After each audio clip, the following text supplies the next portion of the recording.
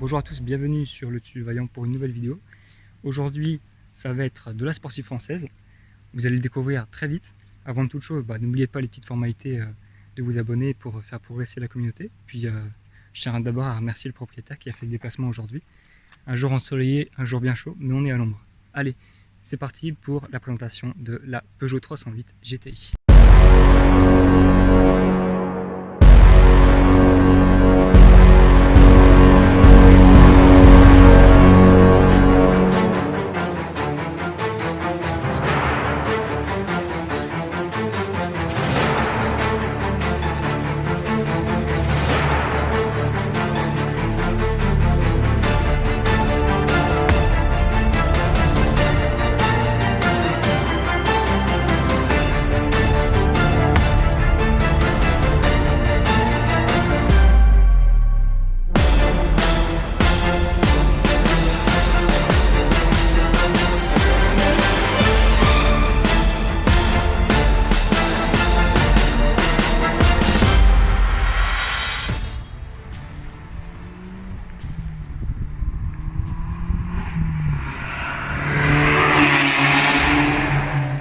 Alors comme d'habitude, on va commencer par la face avant. Donc le propriétaire nous accompagne pour donner quelques détails sur la voiture au cours de notre petit tour du propriétaire, on va dire. Donc comme vous le voyez, c'est une voiture qui passe pas inaperçue, une très belle couleur. Est-ce qu'elle a un nom spécifique, cette couleur? C'est le rouge Ultimate. Ouais. En tout cas, franchement, ça fait plaisir d'avoir une voiture de couleur. Elle est vraiment, je trouve. C'est une couleur qui ressort vachement. Ouais, et puis elle est bien accordée aussi avec les détails. Vous pouvez le voir immédiatement. Vous avez devant vous une voiture avec un kit et des personnalisations comme le logo, qui est le nouveau logo Peugeot, que j'aime beaucoup. Et tu sais que c'est vraiment, c'est un coup de cœur que j'ai eu sur ta voiture.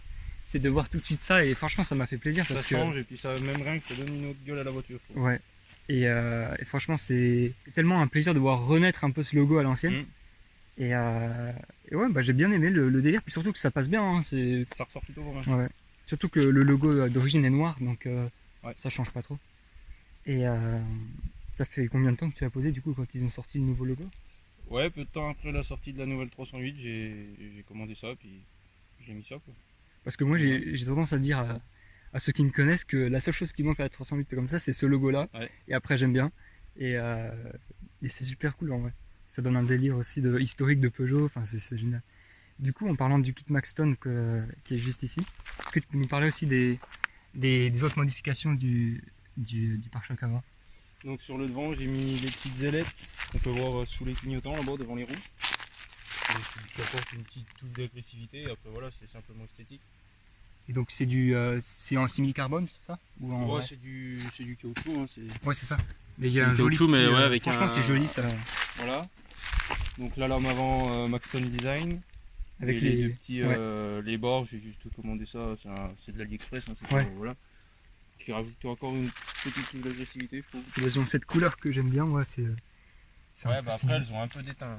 Ouais, mais ça. Mais bon, ça donne un côté qu'on voit pas souvent finalement sur les voitures, ces petites barres. Et puis donc on a évidemment la lame, hein, comme on en a déjà parlé, mais qu'on remarque assez facilement, parce que d'origine c'est quand même assez sage. C'est des voitures qui sont sobres. Ouais. C'est les seules choses qui manquent. Quoi, parce qu'en fait d'origine, à part le logo en rouge et les détails noirs, c'est ça, il n'y a pas grand chose. En plus celle-ci d'origine avait le black pack, donc c'est-à-dire calandre noir, rétro noir. Ouais. Voilà, elle avait des petites touches noires par rapport aux autres. Autrement, elles sont assez sobres comme voiture. C'est vrai que pas très sportif. C'est un peu comme les Golf GTI, c'est pas d'origine normale. C'est pas très agressif. C'est pas très. Ouais. Et donc on a du noir brillant autour des.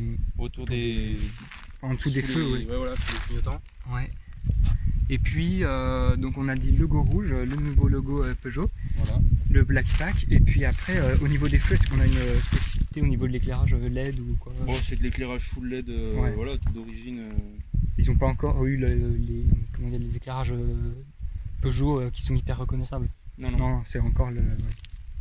Et les clignotants, donc c'est pas les déclignotants de défilance là? Si, c'est des clignotants défilants qui sont en dessous là. Ici. c'est sympa. Donc franchement pour l'avant, je trouve qu'au niveau design, les goûts sont présents. On a un bon matching de couleurs, pardon. On a une personnalisation, franchement, que je te félicite de l'avoir fait parce que ça rend encore mieux la voiture. Et puis je dirais que même que ce soit à l'ombre, comme vous le voyez à l'arrière, ou au soleil, bah forcément on a une voiture plus fascinante avec sa couleur. C'est plus, ça fait plus sportif. Et suivant le temps, comme aujourd'hui il fait beau, le rouge il ressort d'une certaine manière et qu'un jour pluvieux, le rouge encore d'une autre. C'est sympa. Un autre ton. Sauf qu'aujourd'hui, ils se font vraiment plaisir sur les couleurs des constructeurs. Ouais. C'est génial. Donc après, au niveau des pneumatiques, on peut voir que pareil, je trouve que c'est super, c'est de bon goût avec les étriers Peugeot Sport. Et puis une jante en liseré ou d'alu. Ouais, c'est de l'alu, ouais. Au niveau du freinage, du coup, on est équipé comment là-dessus? C'est des étriers 4 pistons avec des disques 380 mm. D'accord, ouais. Ça freine bien, c'est endurant. Ça freine très bien. Ouais. Et puis au niveau des pneus, du coup, c'est. Au niveau des pneus, on est monté en 235, 35, ZR19 d'origine aussi. Oui, donc c'est déjà une bonne monte en termes de taille aussi. Voilà. Donc on a aussi le joli logo GTI qu'on retrouve sur toutes les versions de Peugeot Sport. Bon, plus maintenant, mais fut une époque, c'était bien le symbole de la griffe du lion. Sport, On a aussi donc le bas de caisse Maxton. Le bas de caisse Maxton, ouais. Donc qui fait tout le long. Et donc pas de déchromage, mais je trouve que ça va bien. Pas de déchromage, mais je comptais sûrement en faire un dans la suite. Ouais. Je pense, parce qu'il me manque plus que ça. C'est vrai qu'après avec les vitres teintées ça matchera bien. Donc... Ouais, je pense. Mais pour l'instant c'est pas non plus. Voilà, c'est pas choquant. Quoi. Fort, non, ça va. Et puis ensuite on arrive sur le trois-quarts arrière de la 308 GTI. Donc pareil, le nouveau logo qui est au-dessus de l'écriture Peugeot, le sigle GTI, mais surtout ce qui est intéressant, bon, on a quand même le béquet là-haut. Le béquet rajouté, oui, qui a pas d'origine. Maxton ou pas? Non, il me semble pas. Ah oui, pas Maxton. D'accord. Ouais. Avec le petit Instagram ici, donc n'hésitez pas à vous abonner. Donc ensuite, surtout ce qui est intéressant, on va dire que c'est le bas avec la ligne Rémus. C'est une ligne complète ou une ligne complète. Une ligne complète, ouais, donc ça complète, sonne bien. De toute façon, j'ai entendu en arrivant. Donc ligne Rémus avec le bas de caisse Maxton. C'est du carbone ou c'est du... Non, c'est imitation. Ouais, c'est imitation. Et donc d'origine, vous avez le diffuseur noir. Donc ce qui est bien, voilà, c'est que vous avez la prolongation du diffuseur sur le bas du kit, avec forcément une façade arrière un peu plus agressive. Voilà, un peu plus que l'origine. Ouais. Là, on voit bien les sorties Rémus. Je trouve que d'origine, je sais plus comment c'est exactement, mais... C'est des sorties chromées. Mais ouais, c'est... Là, ça fait plus sauvage quand même. C'est déjà vraiment sympa. Et donc, au niveau des feux, bah voilà, c'est les trois petites griffes, comme vous pouvez le voir. Et comme vous le voyez sur toute la 308. Et donc ensuite, on va passer à une visite de l'intérieur et du capot moteur, comme vous avez tout à fait l'habitude. Donc on va s'attaquer à l'intérieur de la 308 GTI.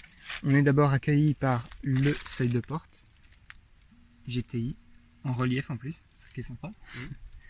On a ensuite, donc pour la contre-porte, plusieurs matériaux. Donc ici on a du cuir, on a des surpiqûres rouges ici.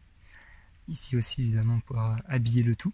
On a le son, est-ce que c'est une marque spéciale? Non, c'est le son basique. D'accord. Ouais.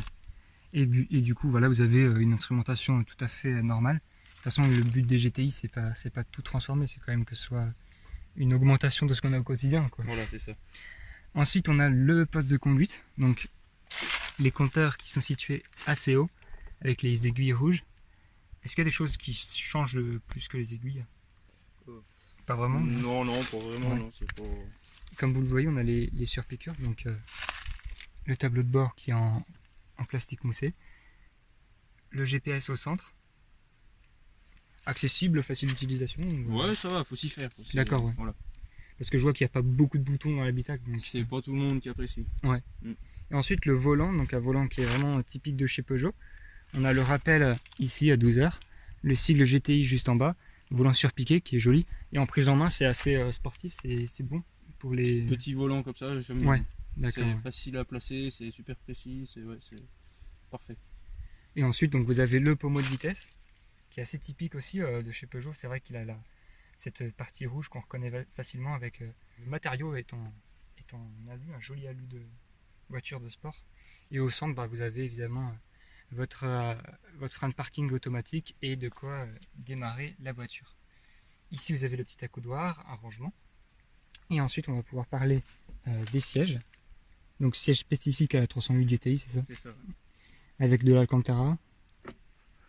Et ici, du tissu. Avec le sigle Peugeot Sport. Et donc, vous le verrez mieux, celui du passager. Ils sont très très enveloppants quand même. Et au quotidien et en conduite sportive, c'est agréable. Très confortable. Ouais. Très confortable pour des sièges. Et ça maintient quand même. Parce que là, franchement, la silhouette du siège, on voit que c'est sportif, on voit que c'est dynamique. Si, non, mais on pourrait penser que ça peut être un peu dur tout ça, mais non, c'est super confortable et très maintenant. Ouais. Et puis donc, ils sont électriques ou... Non, ça c'est des réglages de siège maçon. Ah oui, voilà. Donc il y a des bonnes options sympas aussi, même quand vous faites de la route ou quoi que ce soit. Donc un intérieur quand même qui est suffisamment sobre pour, en tout cas à mon goût, pour convenir autant au quotidien que en sportivité. C'est pas encore... Moi, personnellement, je suis pas fan des intérieurs récents où il y a trop d'écran partout. Là, personnellement, je trouve que c'est bien agencé, c'est très bien, c'est de bon goût. Et puis aussi, c'est quand même assez bien fini au niveau de la planche de bord parce que voilà, elle va venir rejoindre facilement la portière. Vous le voyez de l'autre côté, c'est bien fini, il n'y a pas de grosses cassures dans le tableau de bord. Ça reste sobre, mais je trouve que franchement, en termes d'augmentation à la partir de la 308, Peugeot Sport, ils sont allés ni trop fort, ni pas assez. Parce que du coup, on a des surpiqûres, ça fait joli, mais ils n'ont pas non plus changé toute l'instrumentation. Voilà. C'est pas des dépenses de fou, quoi. Je pense que ça fait un peu comme la Mégane RS, sauf que là, je trouve que il y a peut-être un petit peu plus de raffinement, un peu plus de détails. Niveau intérieur, c'est sûr que ouais. J'ai toujours préféré Peugeot, c'était toujours un peu plus, un peu mieux. Quoi. Et donc après, si on jette un coup d'œil à la banquette arrière, il y aura quelques affaires, mais ça va pas vous choquer. Et donc vous voyez bien la silhouette des sièges ici, mais qui sont bien creusés, donc on peut avoir de la place. On a aussi les mêmes matériaux, que vous pouvez le voir, on a ici...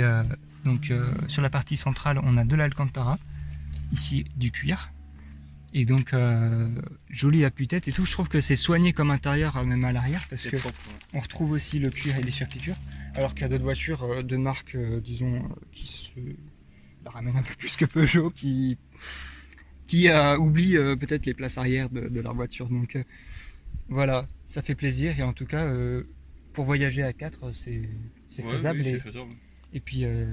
Et puis comme on l'a dit, voiture siège chauffant, etc. C'est une voiture qui est aussi prévue pour un usage qui n'est pas uniquement sportif. Après voilà, l'avantage de ces compacts GTI, c'est que c'est basé sur des voitures qui sont superbes au quotidien. Donc voilà, on a une barre anti-rapprochement. Donc coffre spacieux quand même pour ouais, il y a pas mal de place. Ça va. De toute façon, c'est la même chose qu'une 308. Ouais, c'est les mêmes bases voilà. De toute façon. Ils ont pas, parce que parfois avec les trains, on a des... Non, mais là c'est les mêmes. Ouais, ils se sont pas embêtés. Puis donc voilà, vous aurez de quoi emmener vos bagages si vous partez. On a déjà descendu en vacances dans le sud, tout ça. Ouais. Après peut-être à 5 ça sera peut-être compliqué, mais... À 5 c'est un peu plus compliqué. Mais de toute façon, on descend rarement à complet dans des voitures aussi quand même petites, parce que c'est pas une break, c'est pas une berline. Voilà. Ils auraient pu faire une 308 GTI break, ça aurait été marrant. Ouais, ça peut être sympa. Comme les Leon Cupra, il faut qu'ils testent. Les nouvelles 508 PSE, les trucs comme ça. Ouais. C'est sympa. Mais bon, donc... si on reste sur cette jolie 308, et ben on va pouvoir passer au moteur, donc bloc moteur qu'on va voir immédiatement. Donc bienvenue sous le capot moteur. On a deux vérins, ça franchement c'est un très très bon point parce qu'il y a plein de voitures qui n'en ont pas, même de plus cher. Hein. On a donc devant vous, on a ici le 1,6 litre THP comme sur la RCZR. Donc un bloc assez commun, donc chez Peugeot Sport au niveau, ils l'ont partagé quand même, ils l'ont pas mis que là-dedans. Mais chez les 208 GTI c'est plus petit. C'est les 1,6 litre THP mais en 200-208 chevaux. Oui, donc en fait ils ont gardé quand même la même base partout quoi. Ouais. Donc ce qui est marrant, c'est que bon, c'est la première fois qu'il y a une Peugeot Sport qui passe sur la chaîne. Donc ce qui est amusant, c'est de voir quand même qu'on a une mécanique qui est très visible, qui n'est pas cachée. C'est pas caché, voilà. Ouais, c'est pas caché. Ça me fait penser un peu à Renault où ils sont quand même, on est directement face à la mécanique. Après voilà, ici on n'est pas tout à fait pareil. C'est un peu plus ramassé aussi en termes d'espace que sur les Clio KTRS, comme on avait pu voir. On voyait vraiment tout plein de choses. Mais bon là, donc au niveau des specs, on est à peu près on est à combien du coup? Au niveau chevaux, au niveau... Là, 272 chevaux d'origine. Ouais. Et là, stage 2, 300. 300, on est 300 bien. chevaux. Parce que du coup, il y a des pièces qui ont été modifiées là-dessus. J'ai juste changé des katas. Ouais. Des katas, il y a un filtret. Et c'est tout. Et donc, et puis la durite ici, ça a été fait. Du rythme que j'ai oui. changé, voilà. Oui, voilà. Donc voilà, donc niveau bloc, est-ce que c'est un bloc voilà, qui est solide ou bien qui a une réputation de fiabilité au quotidien, etc. Les premiers blocs THP qu'il y avait sur les 208 justement, tout ça, les DS3, tout ça, c'était des blocs qui étaient assez réputés pour être mauvais. Ah ouais. Et après sur les donc blocs après, THP 272, c'est des blocs qui sont un peu plus solides quand même. ouais, ils ont pu un peu améliorer les... Voilà. Et donc ensuite, au niveau comportement, au niveau plage d'utilisation, c'est coupleux ou bien il faut vraiment aller chercher dans les tours C'est à partir de, on va dire, 2500-3000 Ouais. tours que ça commence vraiment bien à taper dedans. Donc en fait, c'est assez bas finalement. Ouais, c'est assez bas. On a du couple directement. Et voilà, c'est sympa, je me renseigne un peu, comme c'est la première Peugeot Sport qui passe, pour pouvoir comparer un petit peu. Donc en face, on a la Mégane 4RS, parce qu'on a déjà passé. Donc ici, il n'y avait pas de version différente de GTI, où il y avait des trucs plus puissants. Il y avait... Parce que je sais qu'ils ont... Il y a deux phases de 308 GTI. Il y a Ouais. les premières phases, donc, comme celle-ci, en 272 chevaux. Il y a les phases 2 en 263 chevaux. Oui, je me rappelle qu'ils avaient redescendu la Ouais, puissance. voilà. Mais sinon, il n'y a pas de... Donc en fait, on avoisine la Mégane RS, puis maintenant, bah, du coup, avec le stage 2, on est à 300. Donc là, celle qu'on avait passée faisait 280. Ouais. C'était pas une trophy. Et donc voilà, ça va permettre de comparer un peu les deux voitures, deux françaises, qui vont se battre un peu sur nos belles routes. Et donc après, face au Golf GTI, de toute façon, on est tous sont dans la même catégorie finalement, Focus ST, etc. C'est du 270-280. Et le couple il y va, ça va, c'est... Au niveau du stage 2, il y a eu... c'est peut-être à peine assez coupleux. Ouais. Après, c'est l'embrayage qui a pas aimé. Moi, quand j'ai fait mes stages, il a fallu que je change un embrayage. D'accord. Ouais. Mais sinon, oui, ça va. Et après, par rapport à l'origine, du coup, c'est exactement ce qu'il te faut maintenant. 300 chevaux, c'est vraiment ce qui lui va à la voiture. Ouais, ça va. Je vois mon frangin qui a une 308 GTI aussi, il l'a laissé en origine. Après, 30 chevaux d'écart, ouais, c'est pas connaît, mais mortel, c'est pas... Voilà, moi, c'était juste pour ouais, histoire de... voir, histoire de... Ouais, et puis bon, après, c'est pas comme si tu mettais 500, quoi. Voilà. Mais ouais, ça fait plaisir aussi de voir qu'il y a de la prépa. Ça permet d'ouvrir les horizons aussi dans les potentielles personnes qui voudraient les acheter. Et puis ça tient, c'est quoi, c'est pas... De toute façon, ouais, ça tient, il n'y a pas de turbo et tout. Donc voilà, c'est fait dans, oui, dans les respects. Quoi. Oui, voilà. c'est... Sans abuser non plus.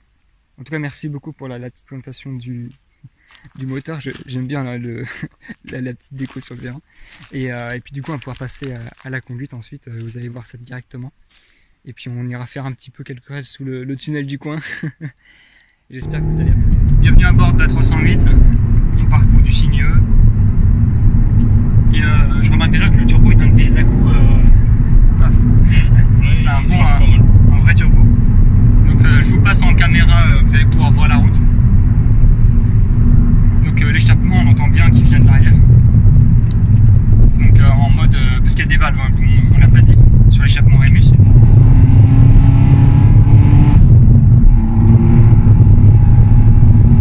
Donc je vais vous montrer la route. Mais avant ça, voilà, n'oubliez pas que c'est une traction, 300 chevaux, donc vous allez voir le rendu. Mais vous étonnez pas, voilà, c'est pas un 4 roues motrices de 500 chevaux non plus, hein, donc attendez-vous à ce que ça réponde aux chiffres qu'on a déjà annoncés. Mais à mon avis, ça marche très très bien.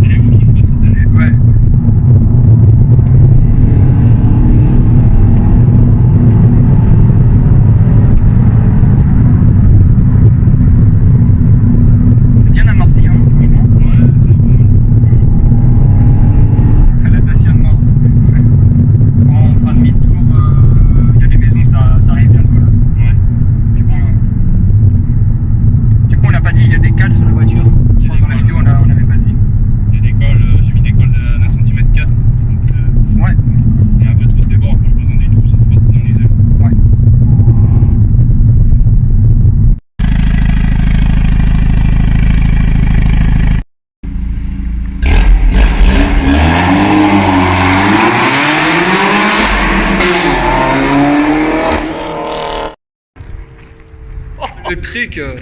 Non, franchement, elle blague pas la 308 GTI. Elle m'a flingué les oreilles. Hein.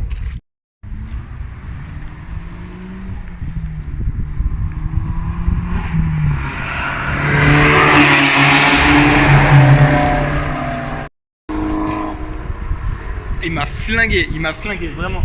Là, il m'a flingué.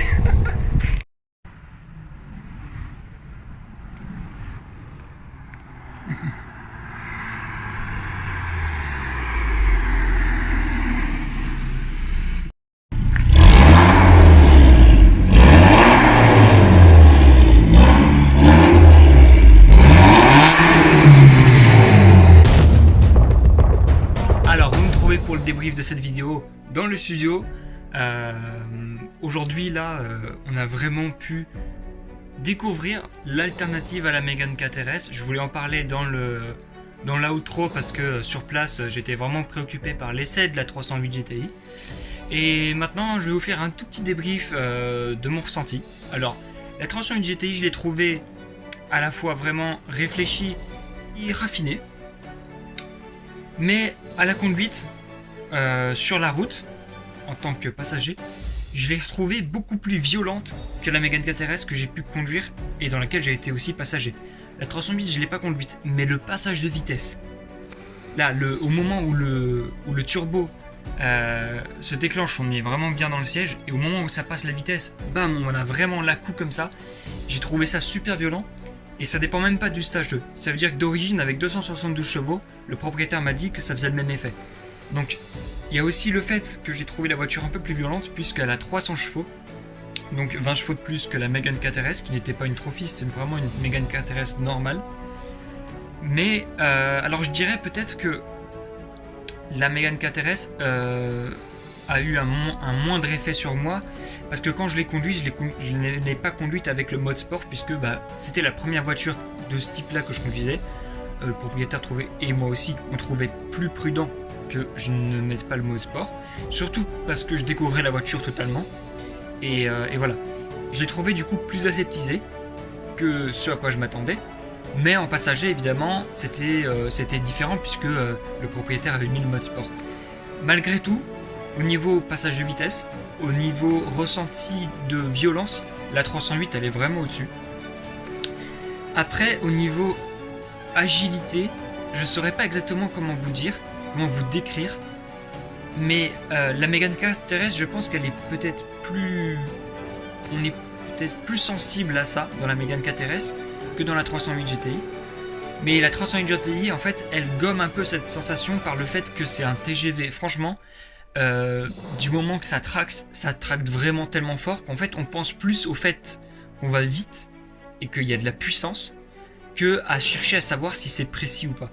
Et donc voilà, les deux sont différentes, mais par contre, franchement, personnellement, je suis plutôt attiré par Renault Sport que par Peugeot Sport, parce que aussi je connais mieux Renault Sport à cause des modèles que j'ai essayé, en étant passager ou conducteur. Mais je trouve que Peugeot Sport, ils ont une approche alors qui est très différente au niveau de l'approche sportive, parce que c'est un peu plus confort, un peu plus raffiné que chez Renault Sport. Mais je trouve que franchement, j'ai apprécié. Cet essai, je l'ai apprécié. La voiture, que ce soit au niveau de la couleur, que ce soit au niveau du design. Alors, je vous cache pas, les toutes nouvelles Peugeot avec les nouveaux intérieurs ne sont pas du tout de mon goût. Voilà, ça veut pas dire que je vais pas présenter des voitures qui me conviennent pas forcément. Hein. Le but, c'est de présenter les voitures, c'est pas de dire si elles me plaisent ou non. Je peux le dire, mais c'est pas ça qui va faire que je vais essayer une voiture ou pas. Mais disons que chez Peugeot, j'ai toujours un peu la crainte du design. Et là, pour le coup, dans la 308, j'avais pas ce ressenti de déception. Pas du tout. Franchement, c'est un univers qui est à la fois confort, à la fois sportif. Il y a vraiment l'entre-deux parfait. Et franchement, bravo. Et les places arrière, j'ai pas pu m'asseoir et tout ça, mais chapeau au niveau de la finition, je m'attendais pas à ça. C'est vraiment bien. C'est vraiment bien fait.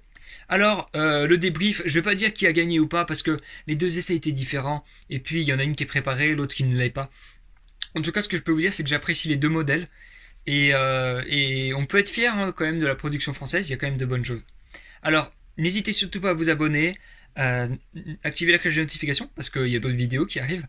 Là, samedi, on part sur les routes pour la 3e édition du Tour de l'Ain. Alors, à la prochaine fois. N'oubliez pas de vous abonner, de mettre votre pouce bleu, de commenter et de lire la description parce que pour les essais, généralement, je m'applique à faire des descriptions. Allez, à la prochaine!